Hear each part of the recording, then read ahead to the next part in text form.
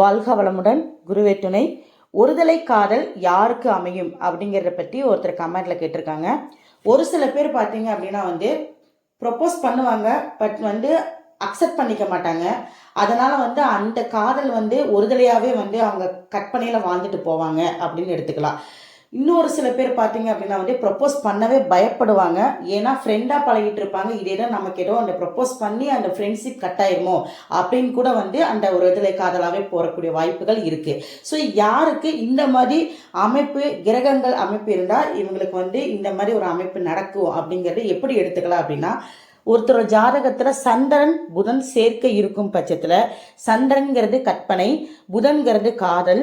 இன்னொன்று இந்த சந்திரன் புதன் பகை கிரகமாக இருக்கும் பட்சத்தில் இந்த காதல்ங்கிற விஷயம் நிறைவேறாமல் இருக்குது, நிறைவேறாமல் எங்கள் லைஃப்பில் போகும் அப்படிங்கிற விஷயத்தை நம்ம எடுத்துக்கலாம். ஸோ சந்திரன் ப்ளஸ் புதன் ஒருதலை காதல் அமையும் அப்படின்னு எடுத்துக்கலாம்.